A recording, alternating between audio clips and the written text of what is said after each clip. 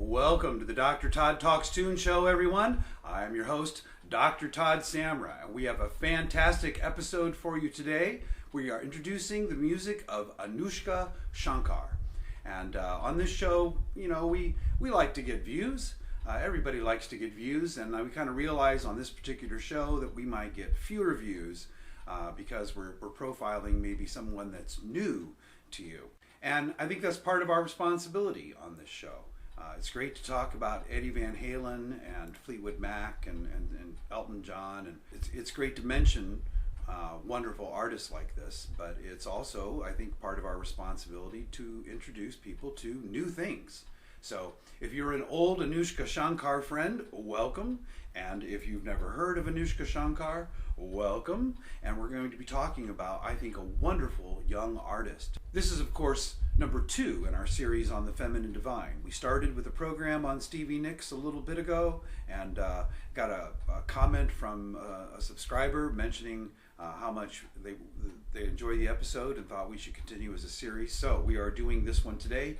We have coming up in future weeks, Feminine Divine number 3 and 4. We're going to be looking at Libby, Larsen, and Sade.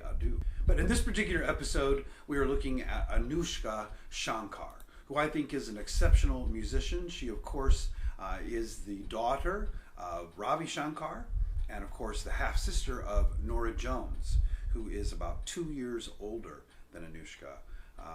Norah Jones was born in 1979, and Anoushka was born in 1981. And she is, of course, an English Indian musician. She is probably most famous for being a sitar player, which is something that her father did also. But she's also a singer and songwriter.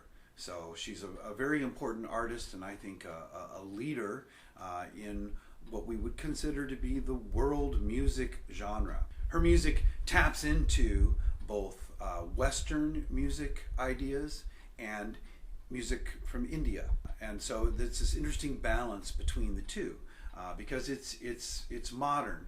So it combines a lot of these aesthetics, and the fact that she was born in London and is English, of course, adds to that because she's very well acclimated with the music of England.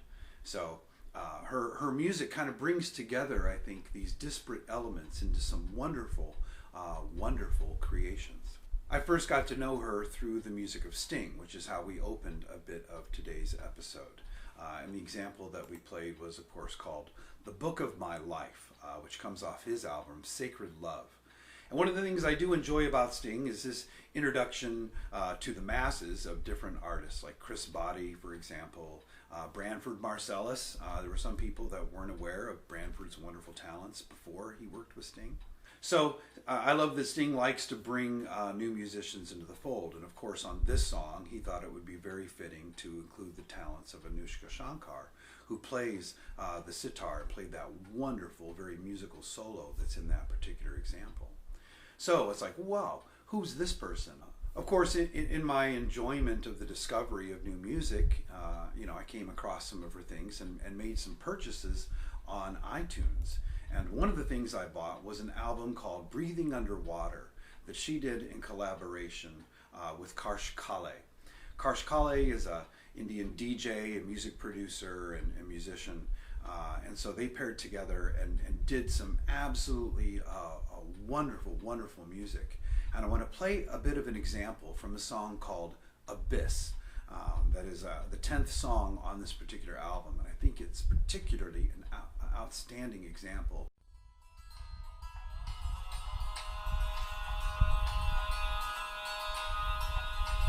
She combines vocal aesthetics here with the more Eastern Indian Arabic style singer singing on nothing but an open ah, but then the refrain is done in English. I think it's a very interesting balance with the use of the voice and the musical style at the same time.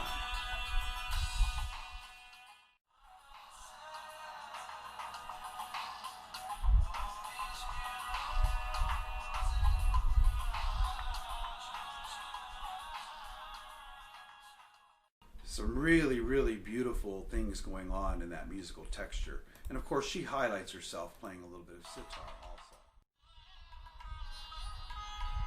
I'm not an expert on the sitar or the venu, or Indian instruments in general. I mean, a little bit of background in that. Thank you, Jeff Todd Titan. But I can't really say is she the Eddie Van Halen? Is she the Jimi Hendrix? I mean, I'm not really an authority necessarily to say, but what I can speak of is her ability to control the instrument effectively, and her sense of musicianship. A lot of the sliding in and bending of the string into notes and things that she does. I mean, it's all very, very musical. And of course, she inherits this, but she develops this on her own. I mean, her sister Norah Jones is very famous, I think, in the light jazz world, and I'm a fan. I think she's absolutely delightful, and she sings and plays and does her own songwriting. She's a tremendous talent. But I think what Anoushka is doing here is something very deliberately different. It's definitely more on the cutting edge. I'm not comparing or saying she's better or more talented than her sister. It's just they gravitated towards different musical genres. One is more progressive and one is maybe a little bit more reactive. So I think it's interesting to focus on Anoushka here because she is that more progressive and kind of combining these different musical styles together so wonderfully. One of my favorite albums of hers is called Land of Gold. And there's a couple of songs on here that I think are great, but one in particular called Reunion, and has a wonderful aesthetic to it. It's very meditative, it's even sentimental. And it's slow to explore. It's absolutely wonderful.